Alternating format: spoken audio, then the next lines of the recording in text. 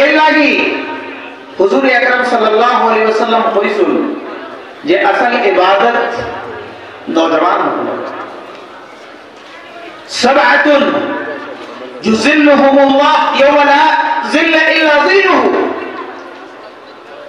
সাত রকমের মানুষ আল্লাহ তাবারক ওয়া তাআলার ছায়ার তলে থাকবা কিয়ামতের দিন।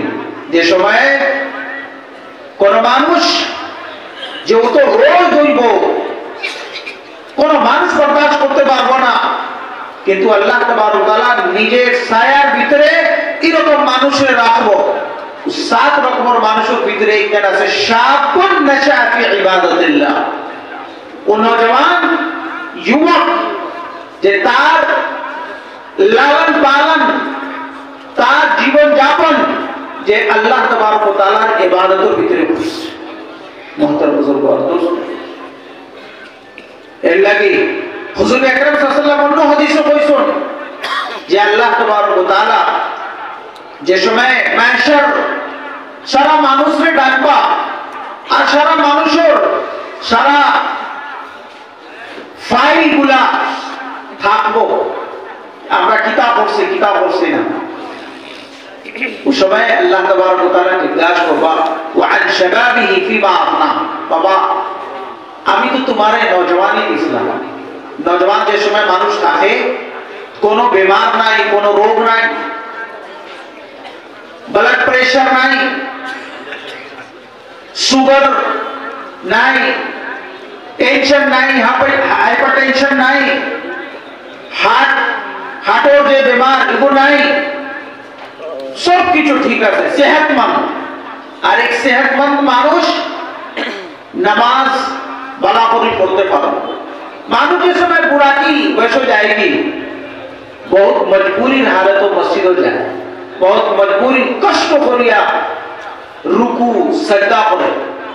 আজকাল তো আপনার দেখা 50 বয়স হওয়ার পরে তো বিভিন্ন রকমের বেমার, বিভিন্ন রকমের রোগ, আর বালা করে নামাজ পড়তে পারে না। যদি হজে যায়গি তো হজের ভিতরে বালা করে যে আরকানে হজ এগুলো আদা করতে পারে না, রোজা বালা করে রাখতে পারে না। মুহতারাম বুজুর্গ দোস্ত, এর লাগি নওজওয়ানির হালত, নওজওয়ান যদি থাকুন তো নওজওয়ানির ভিতরে আলহামদুলিল্লাহ সেহত আর সালামতির নেয়ামতকে আল্লাহ তাবারক ওয়া তাআলা তারে সরফরাজ করছেন। এর লাগি বালা করে আসতে পারবো, বালা করে দৌড়াইতে পারবো, বালা করে হে ঠান্ডা হোক বা গরমের দিনে জামানা হোক সব সময় মসজিদে গিয়ে নামাজ পড়ব। কিন্তু আমরা মানুষ বুঝে যে না, এখন নামাজ পড়ার কি দরকার আছে, এখন তো নওজওয়ানে বাবার বয়স বয়স কে আলম दोबारा নেই। আরে যত মস্তি করার লাগে আছে মস্তি করো, যত এন্টারটেইনমেন্ট করবা লাগে করো। আবার আমরা নওজওয়ানে বলি আর যে সময় বুড়া হয়ে যাবো গিয়া, ওই সময় রিটায়ার্ড হয়ে যাবো গিয়া, ওই সময় আরো যাবো মসজিদে নামাজ পড়বো। বুড়া কি বয়স মানুষ, বেশিরভাগ মানুষ কিটা করে মজবুরির হালতে নামাজ পড়া যায়। বাড়ি বইব, তার তো কোনো খামদাম নাই, বাড়ি তাকে আইব বাজারও কোন জায়গা বইব। আজকাল মানুষ তো পুণ্য আমলির পুণ্য জমানার যদি খোদা হয় মানুষ শুনবনি, বিলকুল না। যদি 8-10টা মানুষ আসুন আর আপনার পূর্ণ কিসা আপনি যদি ব্যায়াম করা আরম্ভ করেন ওই সময় মানুষ শুনতো না। আজকে যুগতে কিটা আছে উপভোক্তা, এর লাগে মানুষও কই ভাই ওইব আপনি যাও গা আর আপনি কোথাও করেন না জানি, এটা আমরা বহুত দুনিয়া আছে। তো বাজারও আইয়া শান্তি পায় না, বাড়িরও ভিতরে শান্তি পায় না। বাড়ির কিটা হইছে অত সারা কোনো বেমার হয়ে গেছে, খাসি হয়েছে, তো হইবা বুড়া কিতা করে, বুড়া বাড়িটাকে যাও না, তো বাড়িটাকে খিদাই হইবা। আচ্ছা ঠিক আছে আপনি যাও কাকে না কিছু সময় পরে খানির সময় আইবা, কিতা হতো তার তো আর কোনো এঙ্গেজমেন্ট নাই, কোনো অ্যাক্টিভিটি নাই। এর লাগে মজবুরির হালতো নামাজ পড়ার লাগি মসজিদও যায়। আপনার লাগে কইয়ার না মাশাআল্লাহ, আপনারা তো বালি গোয়ার আগে থাকি মাশাআল্লাহ নামাজ পড়তে আলা মানুষ। কিন্তু বহুত এরকম আছে এলাকা যে মানুষ রিটায়ারমেন্ট হওয়ার পর আচ্ছা ঠিক আছে নামাজ পড়বো, তো মজবুরির হালতে নামাজ পড়া যায়, মজবুরির হালতে ইবাদত লাগে, শৌকে ইবাদত লাগে না। আল্লাহ তাবারক ওয়া তাআলার কাছে ইবাদতের মকসদ হলো গিয়া যে তুমি জওয়ানকি বয়সে যে সব সময় তোমার যে তাকাজা আছে, যে সব সময় মানুষের যে সময় দিল ও সময় খাহিশ জজবা সব জওয়ান থাকে, তাকাজা ডিমান্ড জওয়ান থাকে, ইবাদতিও তাকাজা ইবাদতিও ডিমান্ড আছে।